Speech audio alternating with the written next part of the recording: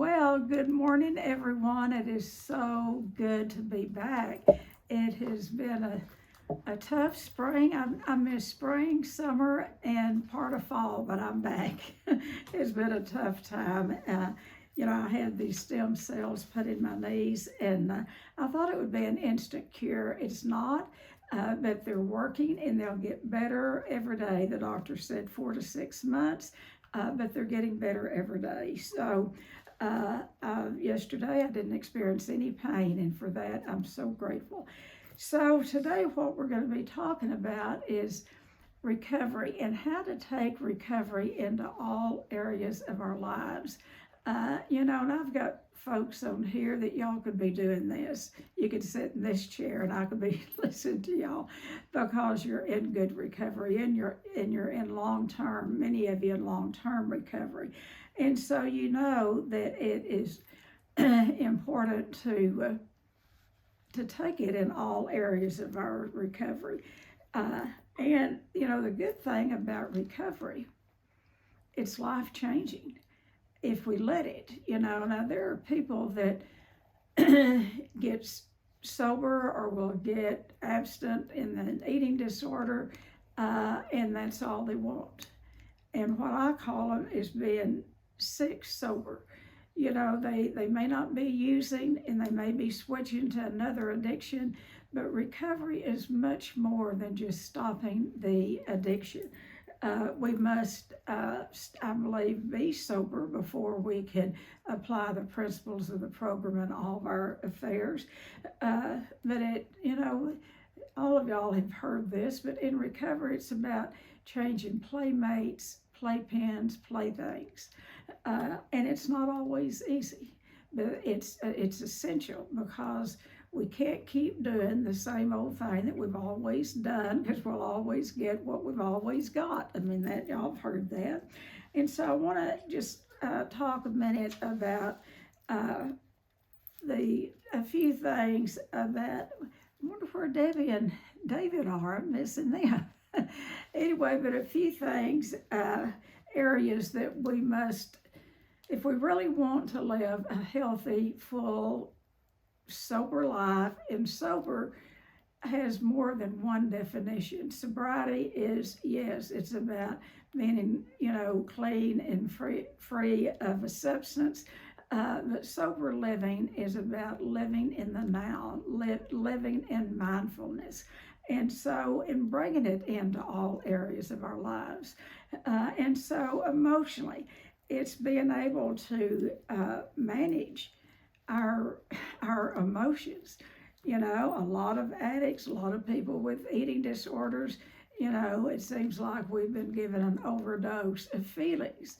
Addicts that I've worked with and myself were either have great big feelings or no feelings. So that emotional part of our life really needs to be tended to. And particularly if we want to sustain a healthy relationship, either with our spouse, our children, our friends, we must stay emotionally sound. And, working a good program brings that about. And then, another thing is bringing our recovery into the home. Years ago when I was, early in the program, I would see people in the program that would just work a wonderful program. They would have so much enthusiasm and, that I'd want them to sponsor me. And then somehow I'd get to look and see and be introduced to how they live their life at home. And then I wouldn't want anything to have. It's one thing to be able to live, in good recovery in the meetings, suit up, show up, be pleasant. But I want to know what's going on in their homes. I want to know what's going on in my home. That is where we take the program, is into our home or everywhere, because that's where we spend the most time. And also, home also includes our environment. I will tell you, my environment means a lot because I am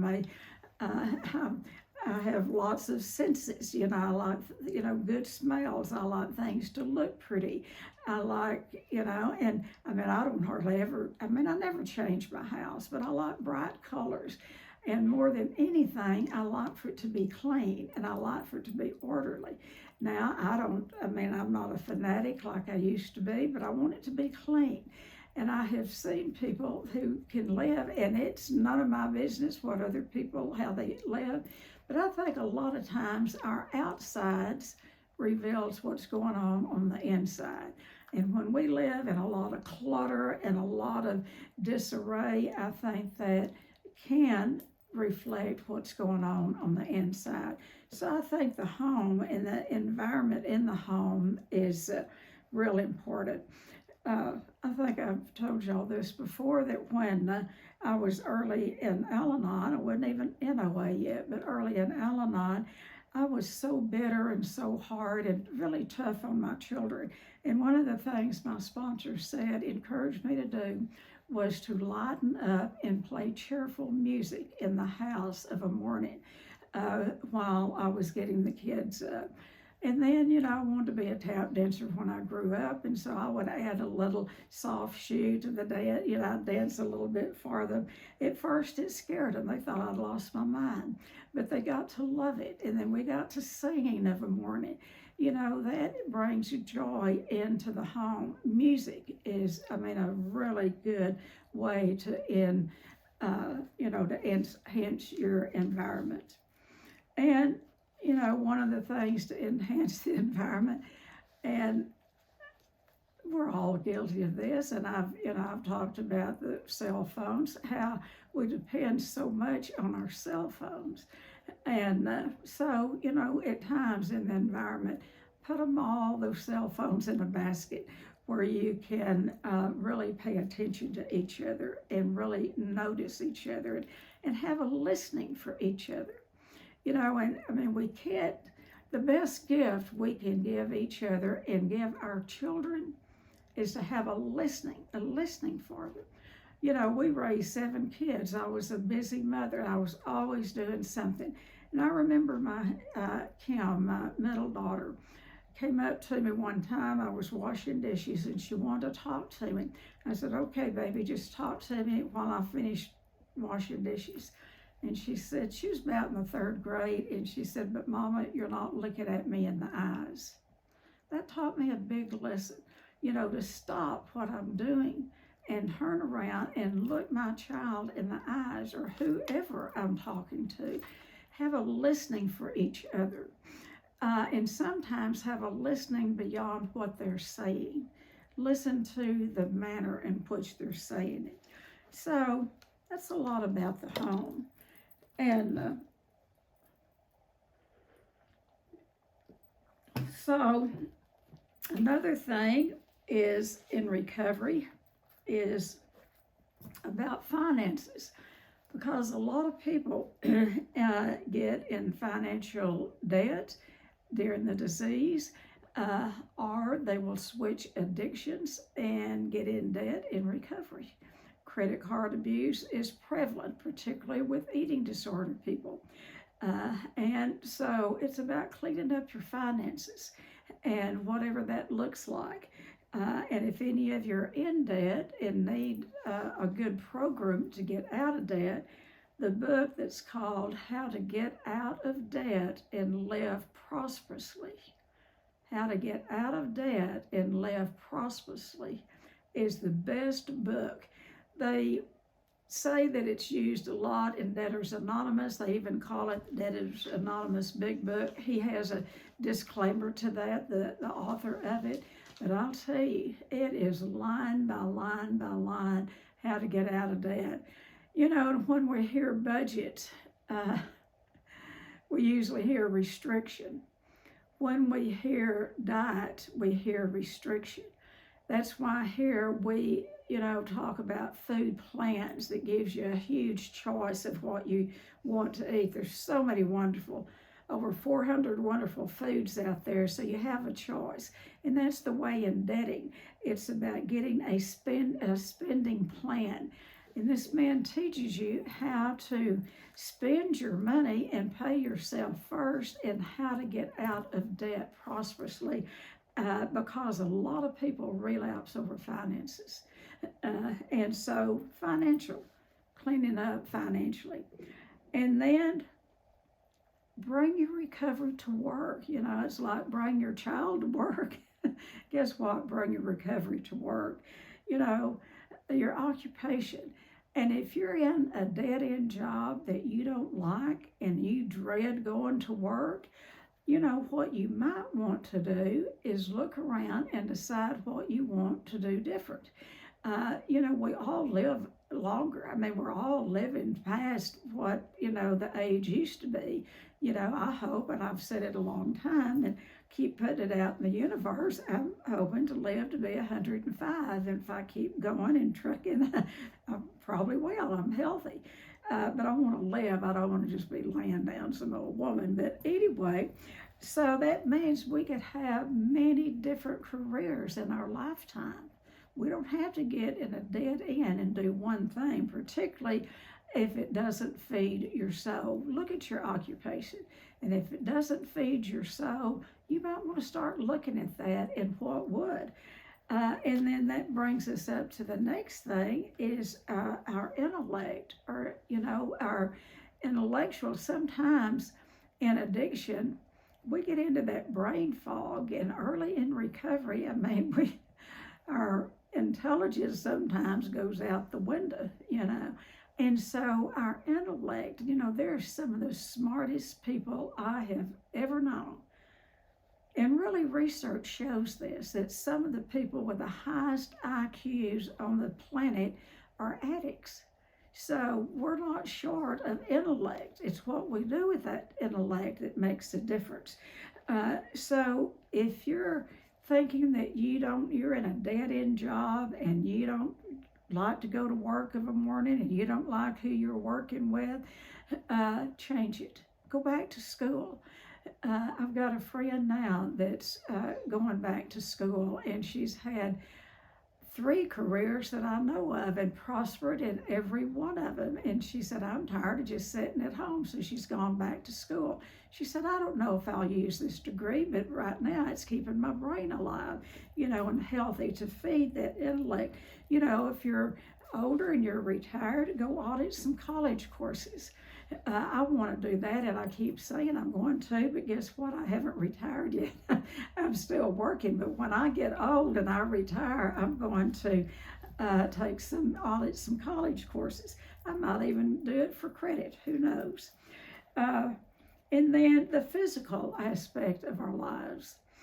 I've been around a while, and I have noticed, particularly alcoholics, they get into recovery and can switch addiction, and they start eating. Many will start eating and maybe gain 15. It's kind of like the freshman 15. They might gain 15 pounds, or, you know, because they usually, alcoholics a lot of times are malnourished. They haven't been feeding themselves appropriately. If they eat junk food. And so a lot of times they're malnourished, so they really get into eating. But I have watched, and I know a lot of them through the years that have got into overeating and become obese. And I've mentioned this, we had a beloved guy in the fellowship that has helped a lot of people. And he kept gaining weight and gaining weight and gaining weight. And he would joke with me. He would say, are you saving me a bed out there? You know, because a lot of the AAs have put out kind of what we do out here as far as treating eating disorders. But he'd joke with me and say, well, save me a bed. One of these days I might show up. But he didn't ever show up, and he had diabetes, and he died 2 years ago. That's the thing about physical disease and about addictions. We can be sober in one area, but if we're not in another area, our health can go, absolutely go. And so physical recovery is important. And that is, I could give you some vitamins, but I'm not going to because I'm not a dietitian. That is really important for early sobriety for not just early, but for alcoholics, because their system can be so depleted. It's very important to get with someone, your doctor, someone that can give you a very good program of supplements or vitamins, not supplement, but vitamins, anything to help your health. And so eating healthy, eating 3 balanced meals a day, not the junk food. And, many alcoholics switch from alcohol to sugar. And, it's empty calories. It does no one any good. And I'm not saying that, if people don't have an allergy to sugar, and what that looks like is, I want more, the guideline is if you can, eat one. If you can eat one and go off and, turn around and go and leave, not think about it when you leave,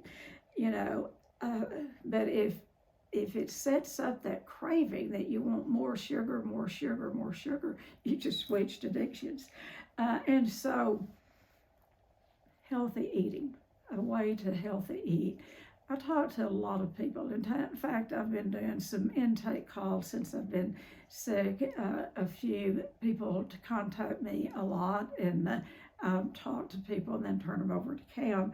But I've been talking to a lot of people, and they, for some reason or other, I've been hearing people stuck on eating 1 meal a day, or going all day long and not eating, and then eating a huge meal, or maybe not eating at all and then get up in the middle of the night and eat enough calories that would have stretched out for the whole day.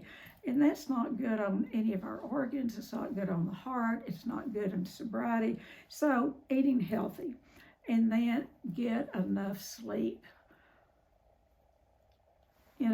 Work addiction is very prevalent. It has been for years in our society. It really started in the age of when computers, technology got really big. That's when work addiction really took hold. And so many people, particularly addicts that are trying to kind of make up for lost time, they don't sleep properly.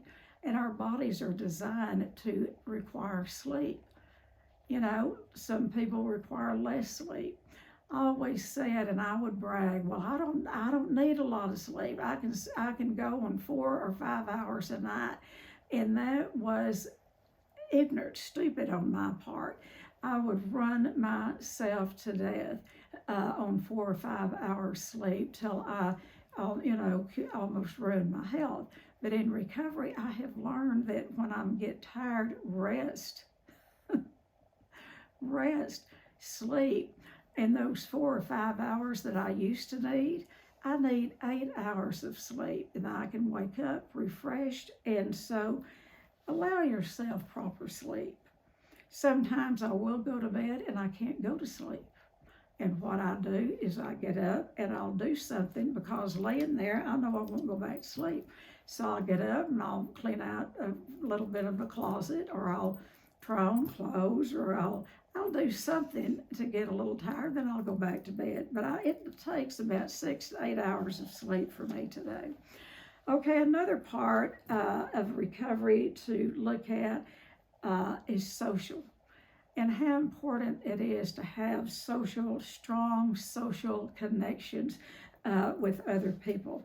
And yes, being in a 12-step program, we've got a built-in system there, and it needs to move beyond that. It needs to move beyond just going to, I don't mean just going to meetings. I mean, that is very important. But I mean getting out in your community, maybe doing volunteer work. Get out and learn what other people are doing, and, and get with people, and it will bring a sense of belonging. I was noticing on Columbus Day, where one of our banks here in town, their employees went all over several counties, but really all over Taylor County, helping clean up, helping elderly fix things in their home. And they showed it on TV, and they were all laughing and having fun. And that's what we need in recovery. We need to be social.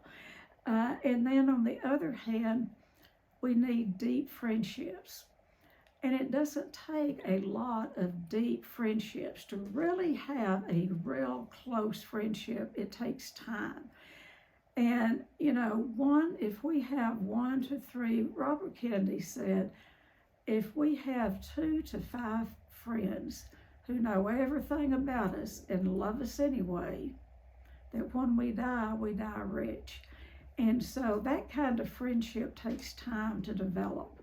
And so you can't have that kind of friendship with lots of people, but you can be friendly with a lot of people and then really spend time on those that you can create lasting, deep friendships with. And I have been so honored to have those lasting friendships.